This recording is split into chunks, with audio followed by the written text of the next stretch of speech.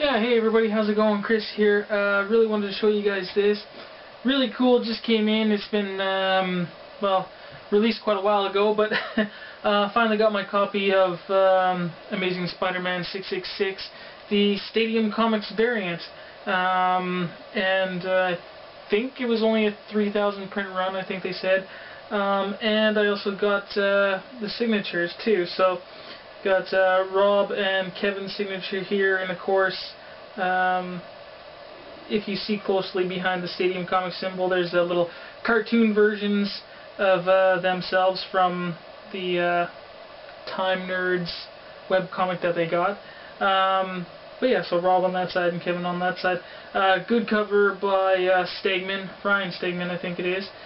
And of course on the back, a picture of Spider-Man is drawn by Humberto Ramos, which is did issue 667. The interiors of this one was actually done by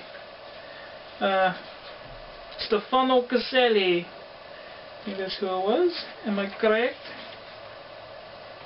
Yeah, Stefano Caselli. And written by Dan Slott. I like Caselli's artwork.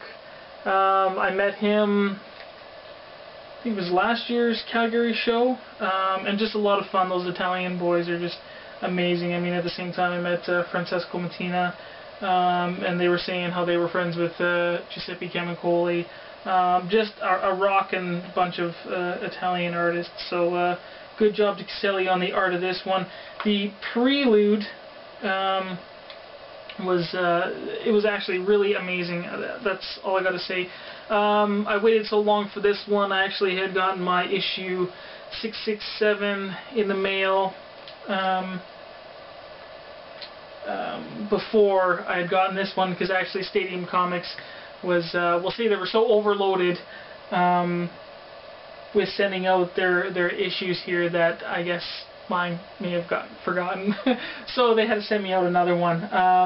So yeah, finally got it. Woohoo! And yeah, just really happy with the variant cover. I can't even remember what the regular cover looked like. Also the back though of the cover, the drawing by Humberto Ramos, that was also featured, or I guess printed on the Free Comic Book Day issue of Spider-Man. So it's nothing that we haven't seen before, but I actually wish that they printed on the back cover maybe a whited out picture of the original 666 cover. But anyways, it's all pretty good. Really happy with it. I hope Stadium Comics is doing well with all their sales and whatnot. you guys are an amazing channel, so a lot of fun, so I was really happy to get this issue. But yeah, 666 was great. I read 667, that's a lot of sixes to say, before I ended up reading this one, because I mean I was waiting for it, and I got down to my stack that I had. The last one was 667. I'm like, oh man, I know Spider Island's gonna be pretty good. I already read the Venom issue. I don't know, I got tired of waiting. So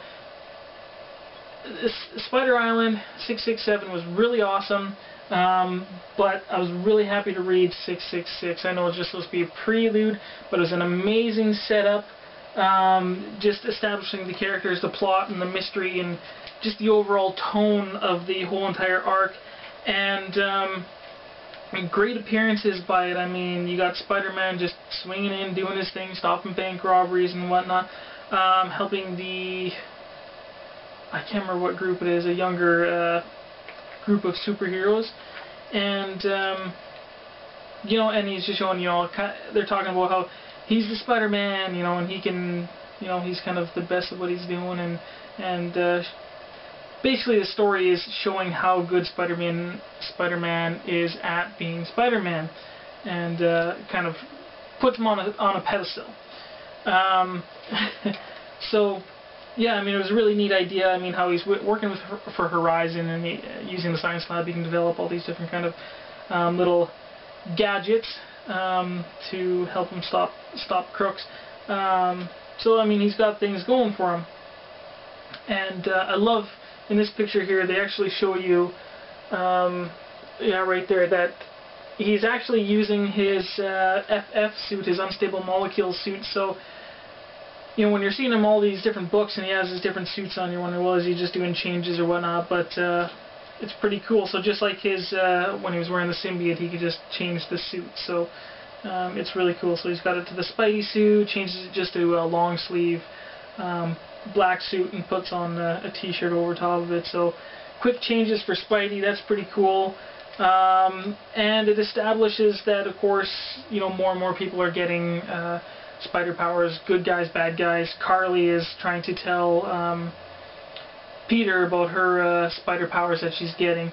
One of the things really neat that I like about this is that it also tells you that it kind of separates exactly what Spider-Man is now from you know, all the other people getting powers. And right now, of course, Spider-Man doesn't have his spider sense. And I'm sure there's probably other people, you know, getting spider powers that have spider sense, but also that they're getting their webs. They're actually getting webs coming from their wrists, organic webbing. And that was one time, I think a while ago in comics, where I can't remember. I think it was after the storyline The Other. I'm not quite sure. But anyway, somewhere in their time, I believe Peter Parker actually had organic webbing. And then, of course, he's back to just the cartridges. So Carly, I know in the previous issue, she'd got a little webbing, and the comic shows some other people having some webbing. So that's a really interesting fact to actually see, or to think, when did the Jackal maybe get Parker's DNA, or you know, what is the whole backstory on the dealio with the Jackal and what he's up to. So that's pretty cool. What else? Of course, the Jackal forming his little spider gang. And I mean, here you get some good cameos, of course, seeing Spider-Man with the FF, and then on this page you also get to see a little quick cameo by Flash Thompson and Venom as well. So I mean, this book's got a lot going in it. You also get to see the, you know, the other Avengers, or new Avengers, playing poker. But anyways, yeah, it's got a lot going on. Great setup. You got this good fight with Madame Web as well, and she knows a lot of things that are going to happen in the future. And one of the big things that she talks to him about here, of course, her knowing things that are going to have to happen in the future, but Spider-Man's one, I guess, I don't know what you would say it, but just a oath to himself is that whenever he's around, no one dies.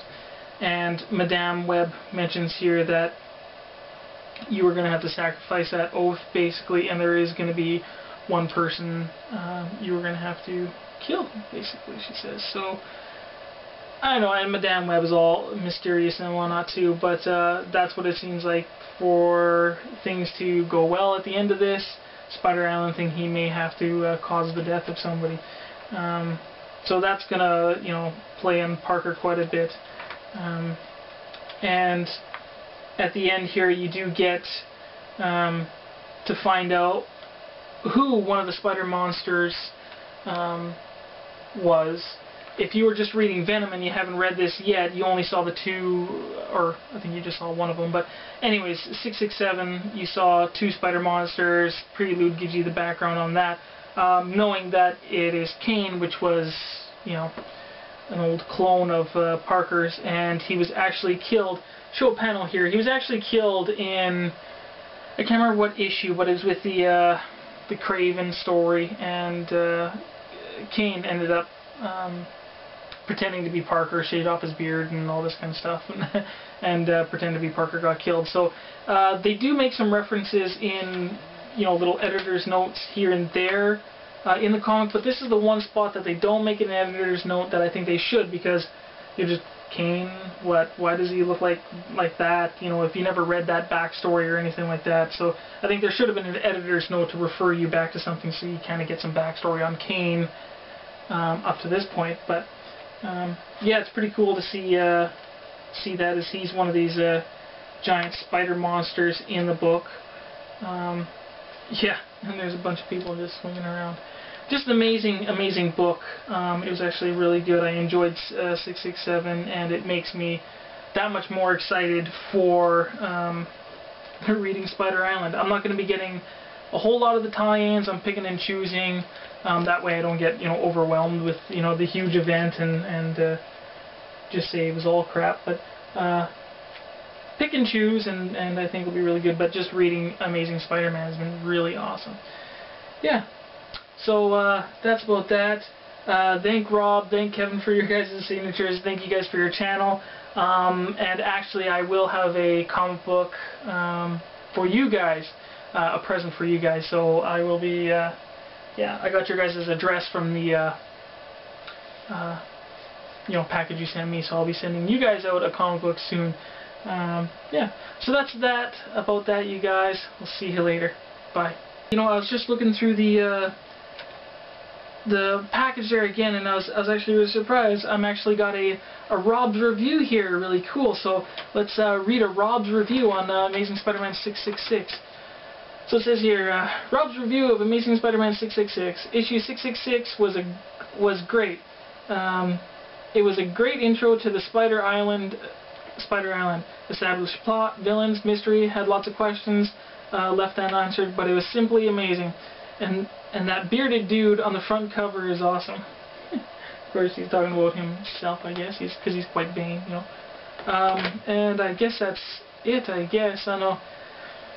Usually Rob has a much more in-depth and profound review rather than that, but I don't know. I don't know what's going on here. What? You gotta be kidding me. You know what, Rob? You're an yeah. You, Rob. You. You have a stupid beard. You have an ugly beard. Think your beard is so epic and awesome, eh? Guy even draws it in crayon. Like, what the heck is up with that? You're always picking on people, Rob. You're always picking on Kevin. You know, he has a good beard too. I mean, you're just jealous of my beard too. I mean, my wavy, untamed epicness of my Herculean beard. Don't make fun of people like that. You know what I'm gonna do, Rob? I got your address now. I'm actually gonna take some of my beard hairs, tie them together, because they're stronger than Superman's hairs. I'm gonna tie them together. I'm gonna put them in a package. I'm gonna send them straight to Kevin. He's gonna take those beard hairs and he's gonna strangle you with them. You have a bump up of a beard, Rob. See, now I know maybe why you don't speak, because you know, you draw and crayon, and you probably got this little squeaky girly voice or something you don't want nobody to hear about. You know what I'm going to do? I got friends over in the Ontario area, okay, and I'm going to get them to come down there. I know one fella, he's got the unique power of turning small children into jam while underfoot. I'm sure he can do that to you too. And actually, right here, Rob, I have your phone number now. I'm calling Kevin on you, man.